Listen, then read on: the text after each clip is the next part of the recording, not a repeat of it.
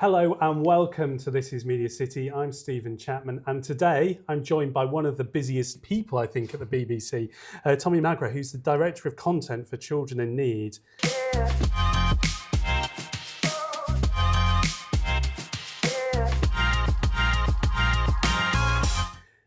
The countdown is on. How are you feeling? Yes, this is what I call, Stephen, the business end of our year. So yes, it's a bit like I describe my job as a little bit like air traffic control. I just hope that the planes all take off and they all land nicely and they don't crash into each other. That's the kind of easy way of describing my job. But yeah, it's our busiest time of year and we're very excited about what we've got lined up. Before we get onto those exciting parts, we always start our podcast with a little bit of an icebreaker to kind of get to know the person behind who we're talking to. We've got a few cards here. I hope you know all good cards. Just pick a card, any card. Right. And let me know. What do you do to relax? Hobbies. Crikey, there's very little relaxation at this time of year, but hobbies. So I'm a big music fan and football fan. So every weekend I find music. I'll go to a gig, whether it's in a local small band or whether it's going to see a festival. So I'm always looking out for events. I like going to the theatre. And I'm a massive football fan, so I will get my football fix. Would they be a Midlands team, or would they? Do you know? No. I'm a huge Liverpool Football Club fan, and try and get to Anfield whenever I can. But yeah, no, those are my two main. Music and football are my two ways of switching off from the craziness. I'll give you one more. Let's hope it's not. What's your favourite football team? Because otherwise I've already revealed it. Studio or location filming? Oh, crikey. Which is my preference? Yes. Oh. Because you do a lot of both, don't you? I do a lot of both, and over my career I've done a lot of location. I guess if I had to pick one, location filming, it's taken me to all parts of the world. I've filmed in the States. I've been in the Middle East. I've been in South Asia, India, Far East. So I've been very fortunate in that I've been able to travel. It's not quite a holiday, but I suppose it's a very exciting thing to get away from a studio. It's a very different studio. Location filming is very rarefied and it's intense, and usually when it's live, it certainly keeps the adrenaline going, Stephen. Oh yes, and if you walk outside our studio now, there are lots of people with tape measures because you're getting ready for the big studio event of the year, aren't you? We are, and it's great that it's coming from here in Salford, so Dock 10 Studios. We are going to be making more of the fact that we're here outside of London. Children in Need moved to MediaCity in 2015, just before I joined. And the show now comes live from here. And we're also going to be making the most of these amazing content studios where we are right now, where we're going to be filming a lot of our backstage action. We've created what we're calling the yellow room as opposed to a green room. And there's a huge amount of activity planned on the Piazza outside because we really want to encourage audiences onto the site, really let people know that we're based here in Salford, in MediaCity. And we're working with the team at Landsec to really dial up our presence here and make the most of the fact that, you know, we've got a live peak Friday night show on BBC One coming from the site. And it's very, very exciting. So there's going to be a lot going on the site as well as on the screen. Because I suppose one of the exciting things about Children in Need is obviously the studio show itself, but everybody across the UK thinks they can get involved and can get involved, whether it's you've got the Children in Need choir across all the regions, you've got all these things and the outside broadcast and the regional news and radio. It's a big old deal, isn't it? It's amazing actually, because Children in Need has become something of a national treasure, and it's grown and changed and adapted quite significantly actually. It used to be, you know, a telethon which went out 7 o'clock on BBC One and went on into the early hours. It's now a 3-hour show.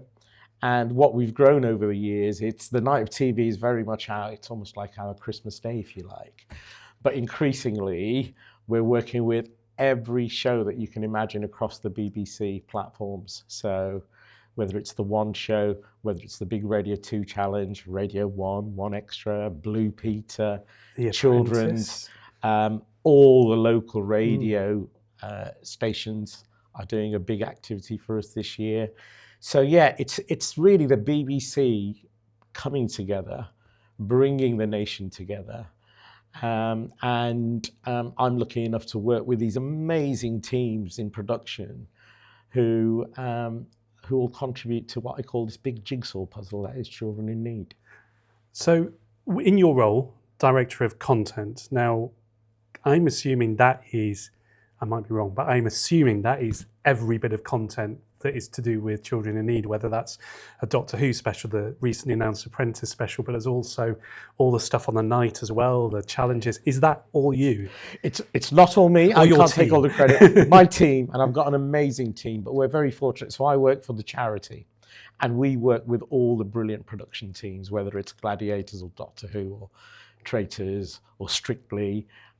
We'll work with those production teams who are incredibly hardworking, and my job is to kind of almost like, as I said, air traffic control is kind of work with them, ensure that we've got, our, make people aware of the impact that we're making locally, because I think the special thing about Children in Need is not only does it bring the nation together, and that's through, our fundraisers, our schools. It's a huge beast. And then you've got the BBC productions, and then we've got corporate partners who do an amazing amount for us. And my role is really just to make sure it's all kind of joined up, fields joined up, making sure that we are letting viewers know that this is telly and radio, but with a purpose. Yes, it's entertaining, yes, it's fun, but ultimately the special thing about Children in Need is we're trying to raise awareness and money to help thousands and thousands of children and young people who need it most. And it's getting harder and harder. And that's the thing that we mustn't forget. And that's the thing that makes it very, very special and makes this role very special. Because it is a lot of charities and a lot of people, children you help.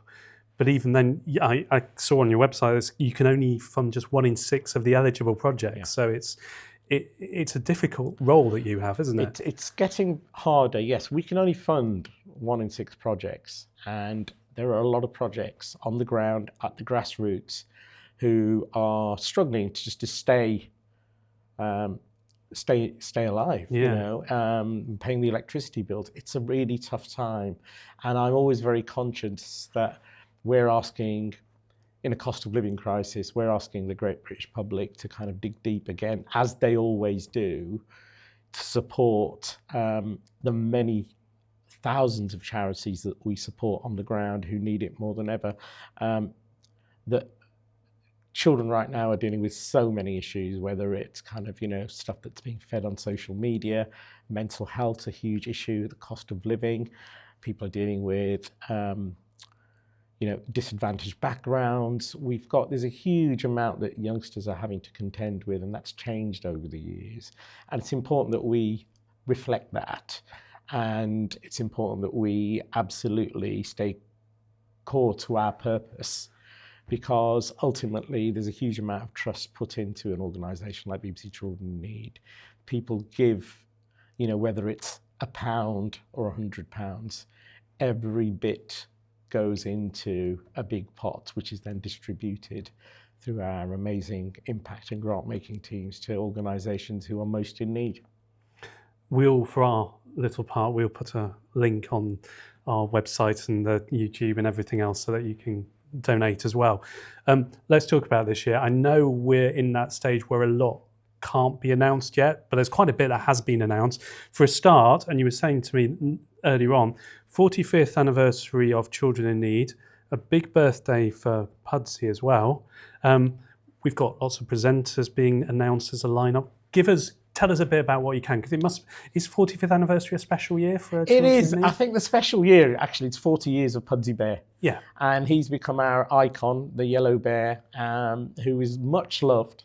and we're planning some special stuff around. Which you can't tell us about I yet. can tell you. Well, I know that, for example, we've announced that, as this podcast goes out, Sarah Cox from Radio 2 will be following in the footsteps of Paddy McGuinness from last year, who rode his chopper. Who's joining your presenting team this year? Who is joining our presenting team alongside Vernon, and we announced Big Zoo, and Mel Giedroyc is coming back, the amazingly talented Lenny Rush, who's our first child presenter, and Rochelle. They're going to be presenting the big night of TV, Friday, November the 14th, BBC One, 7 o'clock. Tune in. There's my plug.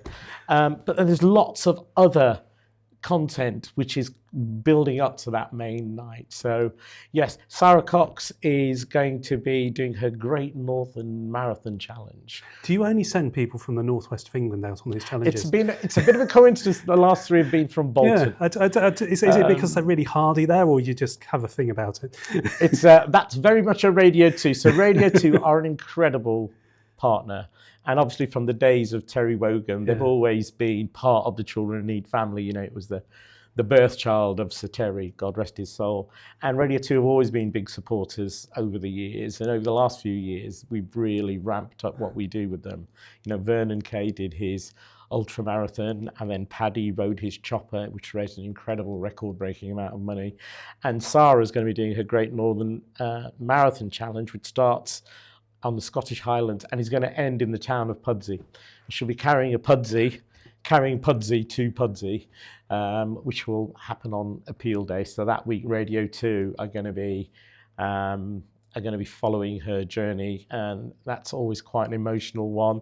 There's also a documentary team here, Studios documentary team based up here in Salford, are going to be capturing that journey, which will go out on BBC One. It'll be all over Instagram, all over your socials. And yeah, that will be it's quite a special thing, that, because people turn up in their hundreds to cheer her on. And, people are dropping their pennies and pounds into buckets and donating massively. And it does brings the whole nation together, which is quite special. We've also got the One Show, incredible. We've got a challenge squad, 4 amazing young people who are taking on their own challenges and giving back. These are children who've been supported by Children in Need, and they're wanting to give back. So they're doing their own challenges. Our big theme this year is Challenge Yourself. So there's a lot of challenges, as well as the public, celebrities. We've got these big yellow envelopes. I was going to say, you've got your big Challenge yellow Yourself, envelopes, which we've been handing out to all manner of programs: the One Show, Blue Peter, DIY SOS, Country File, Radio 1, Greg James going up in a Red Arrows plane. So yeah, There's a lot going on, but it all leads into that big night of television on the Friday night.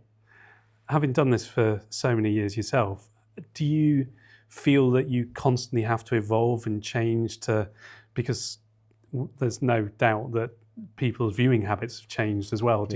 Is that constantly on your mind about, I have to think about socials and who we bring on? Absolutely. It's a core part of our strategy. We have to go to where the audiences are. We've done some really innovative stuff over the years. You will see this year, we will be all over. We're going to be live streaming. They'll be from the content studio. From over those walls there? Yes, we'll be live streaming from the Piazza. We've got all kinds of influencers and on-screen talent who are going to be doing things for us alongside the night of television. We have also, a couple of years ago, we did a fantastic alternative night of TV, which was all about gaming, and it was all based around gamers.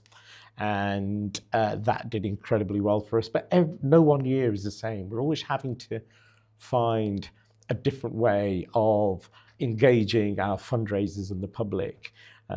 No one year is ever the same. We've done 24-hour drumathons and kitchen discos and all kinds of things, and fun ways. It's no longer a kind of, people getting into a bath of baked beans, as it were. Although you wouldn't discourage it. Although I wouldn't discourage it. People can do whatever they like. And I think it's amazing what people do for us and the extra mile they go for us every year.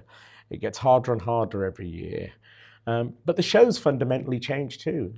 Like I said, it was a telethon that went on into the early hours. when I joined in 2018, and it came from Elstree, and here we are, we're now in Salford in a state-of-the-art studio. We've got all of the different strands that all lead into it. We're engaging people on different platforms. It's Pudsey's 40th year, so we're planning some very innovative new things around Pudsey in his 40th year. So watch this space. We've also got some very special treats planned for Christmas. So we extended the window. It's not just one night of television. I think you've got one you've already announced, haven't you? We're doing a Celebrity Apprentice, which we're very excited about. It's the first time we've done an apprentice. And 2 teams of celebrities have created a biscuit helped by kids from projects that we support. And these biscuits will be available with our retail partners. And all the money raised from those will go into the Pudsey coffers. So yeah, it's a different way of kind of, it's not just a TV show, we're selling biscuits, we've got corporate partners involved. And yeah, constantly, what's the next thing? And we're already, it is all year round.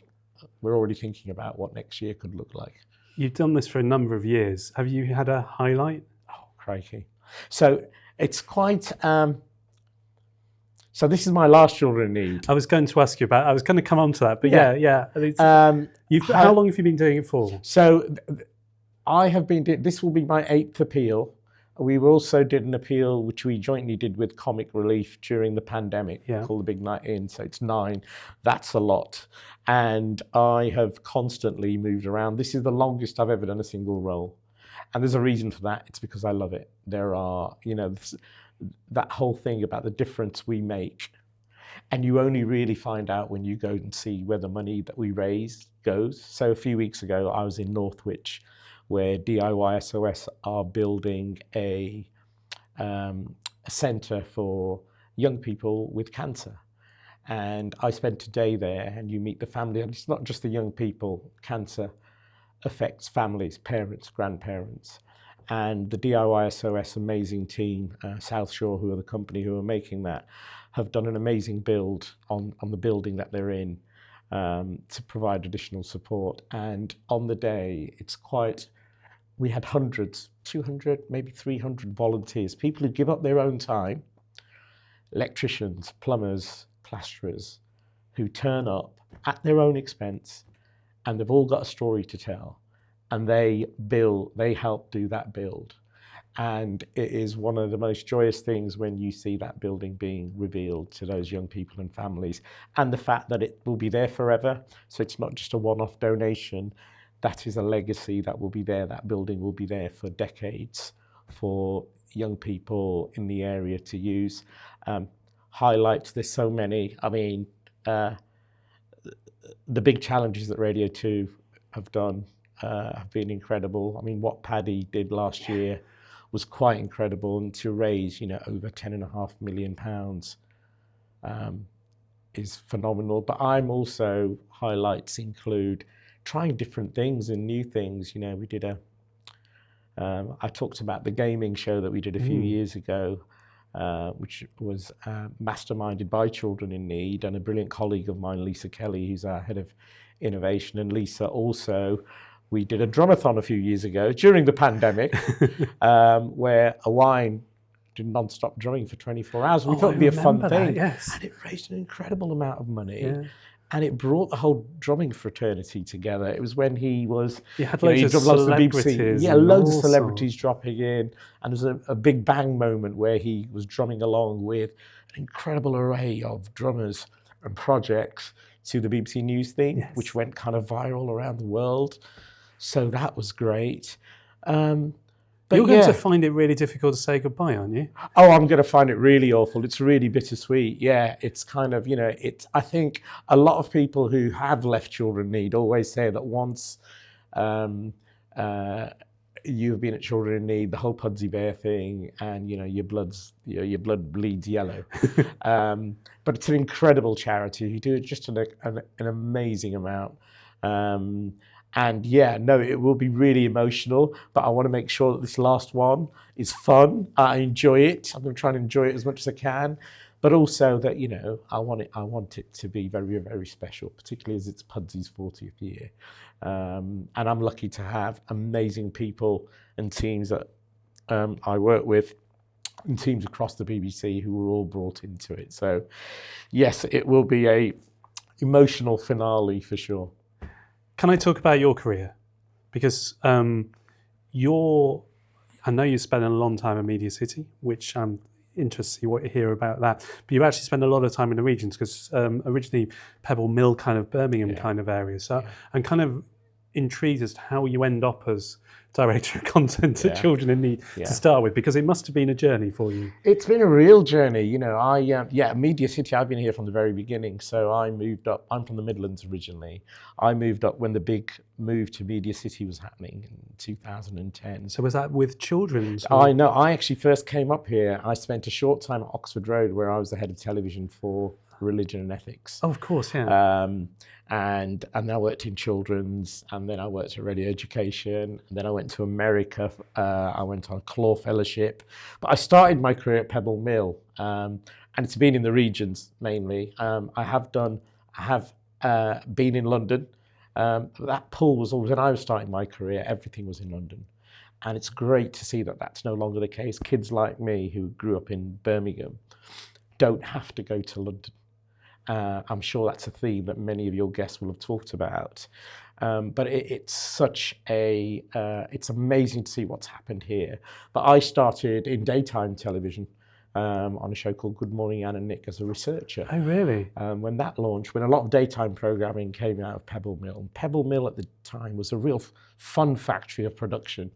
You had Top Gear coming from there, you had the Clothes Show, you had Pebble Mill at 1, you had Good Morning, you had Telly Addicts, it was Top Gear came from there. So when I started, it was like, oh wow, this is amazing. And MediaCity is almost like a modern day version of what that was. And I've moved around a lot. So I moved through lots of different departments, because the joy of being at the BBC is it's big enough. If you're brave enough to kind of, not stick to one role, there are enough roles throughout the organisation. I've been lucky enough to have an amazing career. I left the BBC, I worked in the independent sector. I made documentaries for Channel 4. I worked for a company called Maverick, who were based in Birmingham. I lived out in Jerusalem, did a big series there. I went to the States. So I've travelled a lot, and it's been pretty incredible, actually. And ending up at Children in Need, I've never had a career plan, Stephen. These things just happen.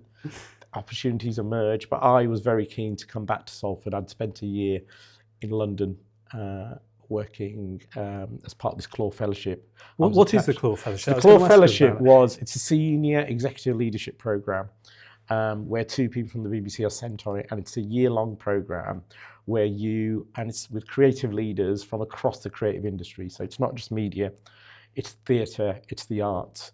And as a cohort, we come together to look at kind of new trends, technology, where are the creative industries going, really building a leadership network in there. And as part of the Claw Fellowship, you're attached to an executive board member. So I was attached to James Pennell, who then was the head of radio and education. And I worked with him, and that led to, actually, the Claw Fellowship. What it also taught me was around kind of the importance of leadership, but finding purpose, and finding a purpose in your role. And it so transpired the universe brought the Children in Need job along. I was keen to come back to Salford, and I made the naive schoolboy error of thinking, oh, it's just one big night a year. It can't be that big. And I got that wrong. But it's been the most joyous and fulfilling, I think, role of all the different jobs I've done. I think it's the most fulfilling for the reasons I said, because of the difference we make to those children and families who benefit from the creative support we get from across our BBC partners and corporate partners. Well, I'm aware that you've got quite a lot to do over the next few days. What is the big stress coming up before we let you run off and do stuff? Is there is it just a constant stress now until airtime, or can you relax because you know you've got a good team? I've got an amazing team. I've got an amazing team at the charity. I've got amazing teams I work with. I'm trying not to be stressed, even though I've not had a shave today, so I look very rough. I didn't realise this was going to be visualised, Stephen. I was surprised you didn't bring Pudsey, to be honest. The stress is that we get it right, that we do justice to the stories of those incredible young people that we support. They are kind enough to let us in their living rooms and share their stories with the great British public. And we can't tell them all. There are so many. And we have to pick them, and we have to make sure that we're doing them justice. The incredible young people we've got on our challenge squad, for example, have incredible life stories, as do people on our Countryfile Ramble, the Appeal films on the Night of TV. They're a big deal, and we want to create magical experiences for those young people that they'll never forget and make it a great experience. And my team are brilliant at we don't just put them on the TV or radio and forget about them. The aftercare, the safeguarding, they become part of the family. And so that is, I wouldn't call it a stress, but a responsibility to get that right. And I and my teams care deeply about that. I wouldn't call it a stress. Well, that's good to know. Well, thank you ever so much for coming on This Is MediaCity at such a critical point of the journey. And also, thank you ever so much for all you've done for children in need all this time. And you actually told me in the lift that this was going to be your last one. So thank you very much, and good luck with the big night. Thank you, Stephen. Thank you for watching. This is MediaCity. Remember to please like, subscribe, comment and share. This is MediaCity is a 39 Pictures production on behalf of MediaCity and in partnership with the University of Salford, and all the team behind the scenes are graduates and undergraduates from the university. The production team are Meg Bond, Tegan Easton, Akila Hewitt and James Young.